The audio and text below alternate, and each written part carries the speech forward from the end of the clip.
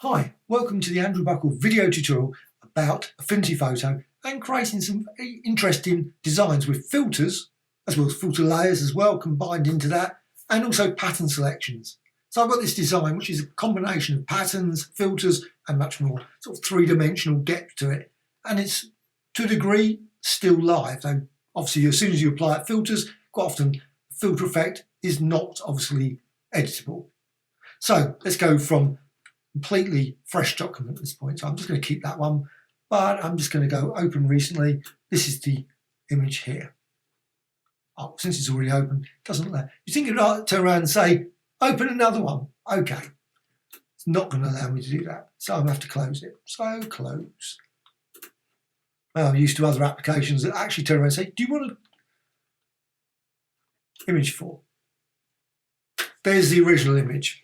Okay, now it can be any image, so it could be sort of obviously a photo, it could be some type, anything. It doesn't have to be like this, but filters are really good for creating some interesting designs. So filters, distort and mirror, that's one of my favourites, and I really always think it actually brings a whole range of abstract to any image nearly.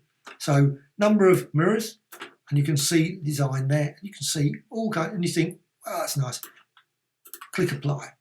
Now the mirror bit is not the point of this tutorial. You don't have to use the mirror, but it's just nice to create a very abstract design like that. So filters and distort and deform. Now deform is what I want to use. So I'm going to use similarity. I love similarity, and I'm just going to add some pins, just random pins, and then distort the image. Because what I want are these sort of nice distortions.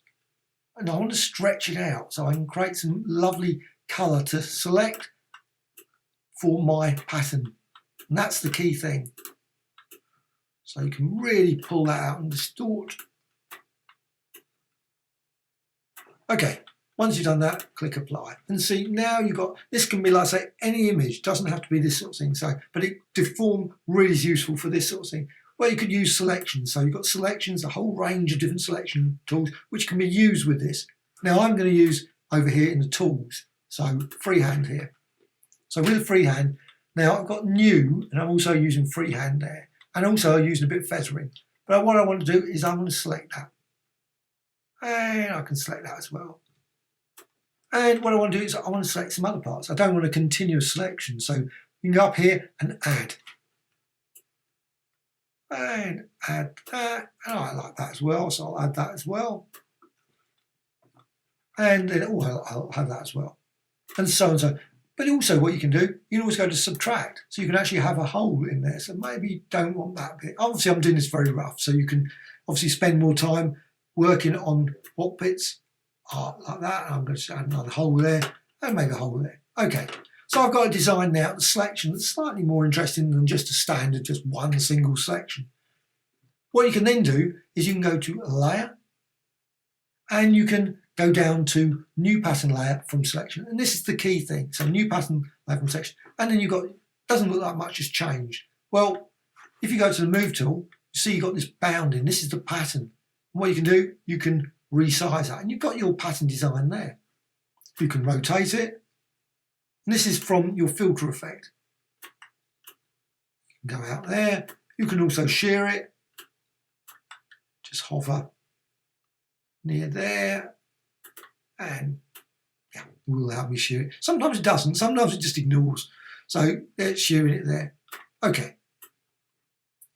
What you can also do is you can go over here to layers. And if you can't see your layers, view and studio and layers. You can go down here and there's an option for effects. So click there and you can go for maybe outer shadow, just to give a bit of depth there. Settings, just change those. I never think that the outer shadow often shows much. I must admit, it always seems to take quite a bit. I have to always set it to the maximum before I actually see anything, any shadow at all. However, also bevel and emboss. So that is there. Pillow, go for inner. Don't know why it always defaults to pillow. It's my least favourite one, but everyone, it always seems to go for that. And also, you can change, obviously, the direction. Now, the point is, I'm not worried particularly about the end result there. What I want to show is it's still the bevel, etc. on your pattern. And again, you can still resize it. You can see, you can create some great textures using this feature. So you can see the texture has got a bit of depth, and you can duplicate, of course, as well. You can go up to layer, and you can duplicate that pattern layer. Go there, and you can move that if you can see it. Now that's the trouble. Sometimes when you can't actually see it, it doesn't help. I'm just going to undo. At this point, go there, and then try and look on the screen because it's quite tiny. Can't see where the selection's gone, so I'm just going to undo because otherwise I'm never going to see it. Right, there it is. That's the trouble. We make it so tiny like that. Literally, you cannot see it on the screen. I'm thinking, where is it? I think they need to change that slightly so it makes it a little bit more obvious where it is. Sorry about that. Okay. What you can next do is also you can apply layer filter effects as well. So layer menu and new layer filter layer and go to distort and perspective. And the reason for that is that pattern layer is now for the live perspective. What you can then do is you can distort it so it goes off like that. So it drags, goes out, and of course there's a number of settings here, source, etc. Destination. And so you have that going off in that direction. Now what you've got is that design there. But as I said before, you can duplicate that. But also you can change the pattern. So you've got pattern selected, you can still edit that. You can also double click that and change the perspective if you want to. Close it again. But you can also go to over here, make certain you select the pattern. If you just select the perspective, it will just duplicate the perspective, which is fine, but maybe it's not what you want.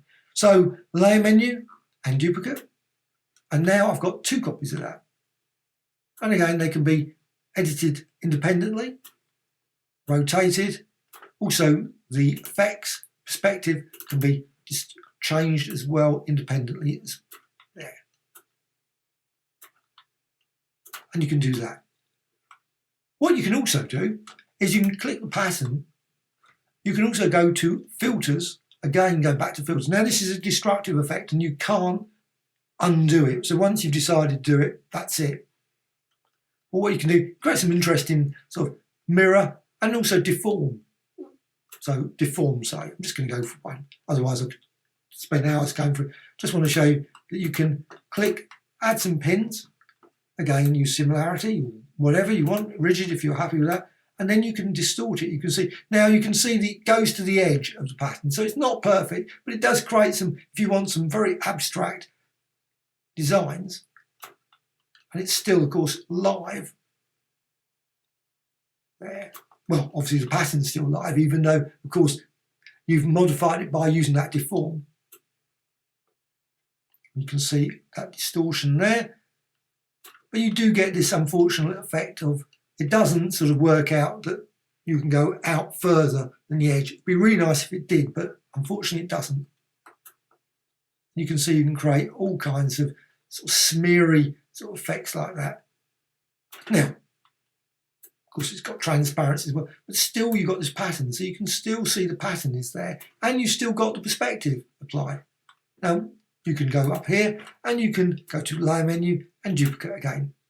So now you've got that one, and click the pattern, and again, hopefully you can see it. It would be nice actually if you could change the, maybe there is an option for that, change the colour, because sometimes the blue, when you've got lots of blue in the image, makes it very hard to see the result.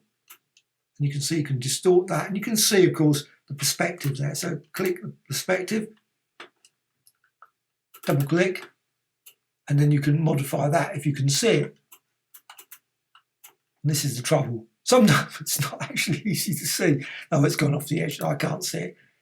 It's sometimes a problem. Sometimes there's a point where you use all these things and then it just becomes quite hard to see. And I have to say that is an issue that I find. But you can see what you can do. You can do all kinds of things. And again, what you can do, you can always still go back to filters and use distort and deform. But you can also use maybe mirror. Use a mirror effect, and that obviously applies the mirror within that pattern. And you can create that nice structure there. You can see a pattern design there with the mirror effect. So that goes all the way through there.